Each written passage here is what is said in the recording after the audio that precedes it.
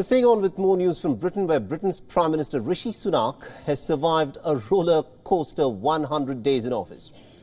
And in the latest, Sunak has now announced a reshuffle in his cabinet. He's appointed people to positions that were left vacant. Now, what is interesting is this. Rishi Sunak has appointed Trade Minister Greg Hands as the new Conservative Party chairman.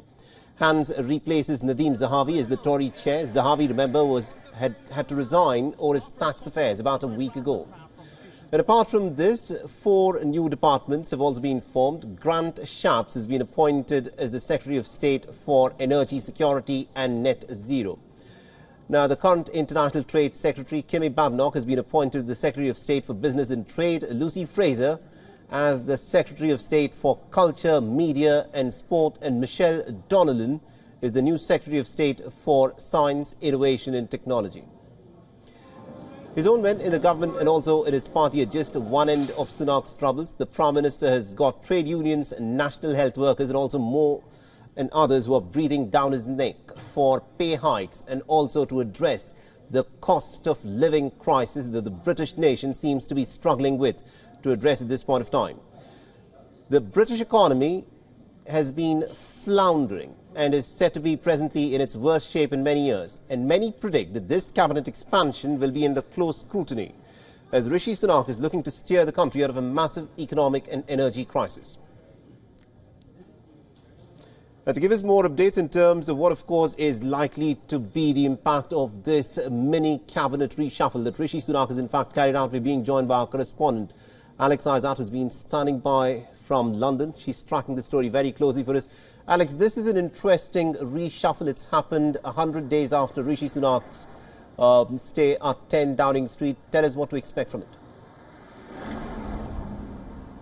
Well, it seems to be more of a medium reshuffle than the mini reshuffle that we had expected when we first were on this story this morning. There is a lot of change within the department itself. You mentioned a few there. Of course, there has been a split between some of the departments, and we were kind of expecting that, and therefore Grant Shapps and Kemi Badenoch have now got different roles. And the interesting thing, though, is that it does seem to be showcasing what Rishi Sunak has been pushing for his priorities, to making the UK the next Silicon Valley, to really put technology, to put the green agenda forward. And by making these different departments and putting people in charge, it looks like that is something that he wanted to push through. It may have been that he had to calm a little bit before he started doing all these changes after the Liz Truss issue, and then obviously when he came into power. But what people will be asking is exactly why does it need to happen right now? It will mean that some of his other priorities won't be faster as he anticipated, because this will take months and months to put into practice. It's been 7 years, for example, since the Energy and Climate Change Department was disbanded. So that's a long time for those departments to come back together, figure out exactly who needs to be in them, and then moving forward. And we also think this is going to be a huge cost as well.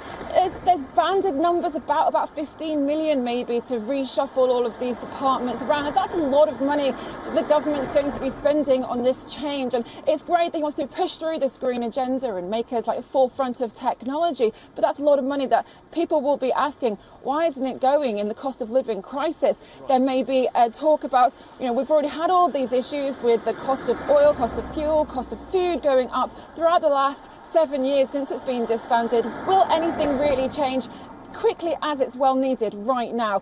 Well, that's going to be an interesting one to watch, and the opposition will definitely be looking and making all of its judgments. It will be asking those questions as well. Is it just a reshuffle for reshuffle's sake? Absolutely indeed. Now, the question that needs to be asked is this. Rishi Sunak has been in office for more than 100 days now.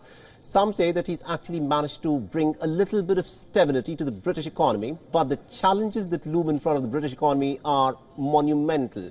Has Rishi Sunak got the team now, but has he been addressing the actual issues of the cost of living crisis that people want him to address immediately?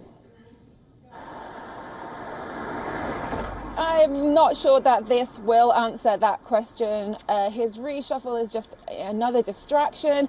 We don't know how the reshuffle is going to work. As I mentioned, it's going to take months and months to come together. There isn't really anything out there that's going to suggest that the UK will have a bit of a relaxation on their cost of living issues. At the moment, we don't see anything in a budget that's going to be changing anytime soon. Of course, they are having a cabinet meeting later today, but then they were meeting a couple of weeks ago at Chequers and had this conversation then.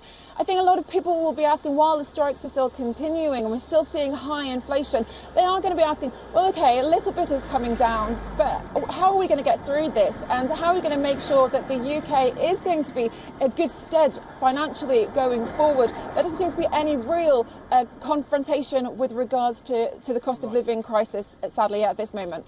Absolutely. Thank you very much indeed, Alex Azad, for joining us and getting us all those details from London.